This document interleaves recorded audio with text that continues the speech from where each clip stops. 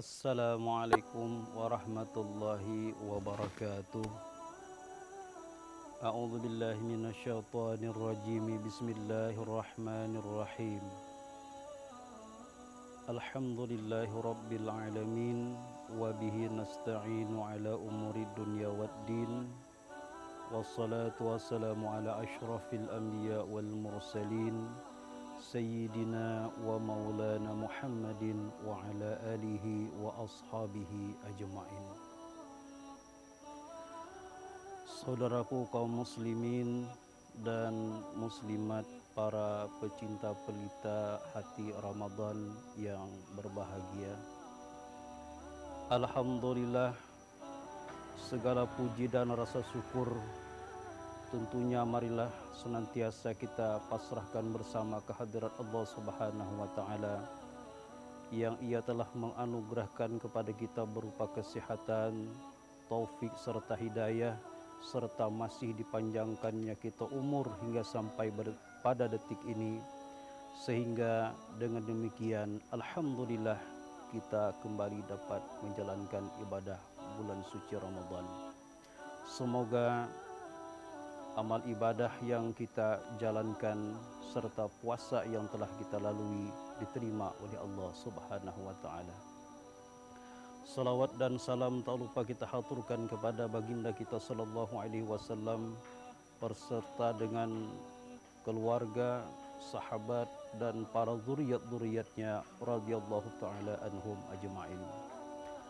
Saudaraku kaum muslimin dan muslimat yang dirahmati oleh Allah Subhanahu wa taala, para pecinta pelita hati Ramadan yang diberkahi. Setiap insan manusia memiliki keinginan ataupun harapan di dalam menjalankan hidup di dunia ini.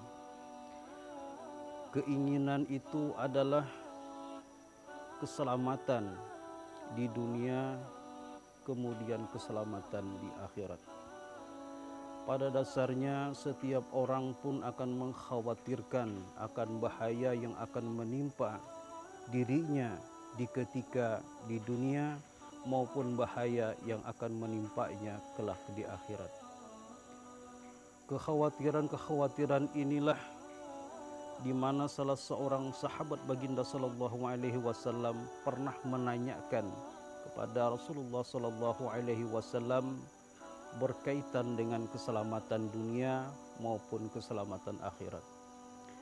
Diriwayatkan daripada Uqbah bin Amir radhiyallahu anhu, ia bertanya kepada baginda sallallahu alaihi wasallam, "Ya Rasulullah, man najah?" Qala amsik lisanaka wal yasa' baituka wabqi ala khati'atika. Wahai Rasulullah, apa itu keselamatan?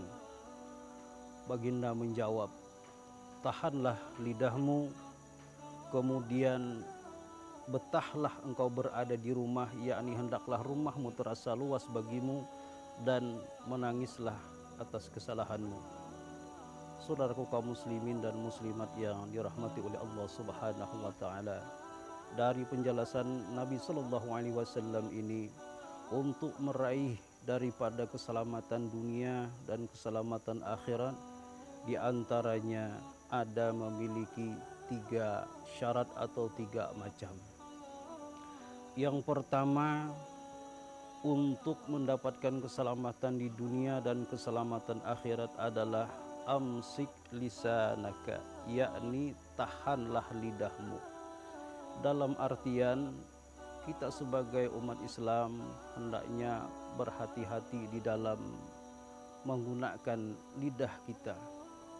Lidah adalah sumber utama yang diberikan oleh Allah Subhanahu wa taala. Dengan lidah orang bisa berzikir, namun dengan lidah pun juga bisa menyakiti orang lain. Kaitannya dengan keselamatan adalah bahwasanya lisan ini bisa menyebabkan orang itu celaka di dunia maupun celaka di akhirat. Sebuah pepatah Arab mengatakan, salamatul insan fi hifzil lisan, bahwa keselamatan manusia itu tergantung pada lidahnya. Rasulullah sallallahu alaihi wasallam mengatakan, hal yaquban nasu finnar ala wujuhihim au ala manarihim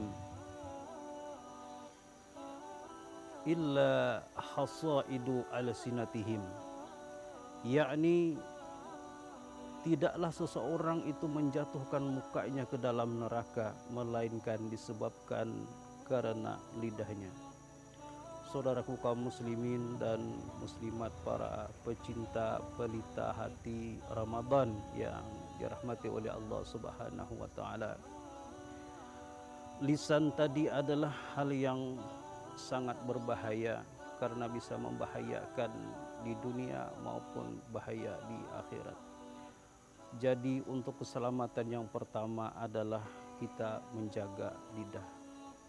Kemudian yang kedua yang dapat menyelamatkan kita dunia wal akhirah adalah wal yasa' baituka, yakni hendaklah rumah itu terasa luas bagi kita.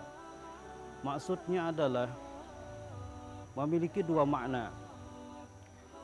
Yang pertama, merasa luas rumah, ya hendaklah rumahmu terasa luas bagimu, yang artinya adalah hendaklah seseorang itu betah di dalam rumahnya, senantiasa zikir kepada Allah dan melakukan perbuatan-perbuatan taat kepada Allah Subhanahu wa taala.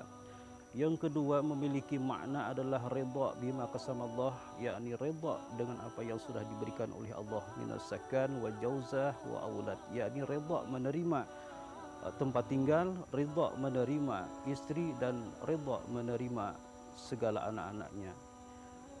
Dalam artian keselamatan adalah orang yang dapat berdiam di rumahnya tentunya akan terbebas daripada memandang aib orang lain serta bisa menyakiti kepada orang lain, dan ia pun akan diselamatkan ketika ia berada di dalam rumahnya. Yang ketiga atau yang terakhir yang dapat menyelamatkan dunia wal akhirah adalah menangisi kesalahan kita, yakni yang maksudnya adalah hendaknya seseorang itu bisa introspeksi dirinya, melihat kekurangannya dan tidak menyibukkan diri dengan melihat kekurangan orang lain.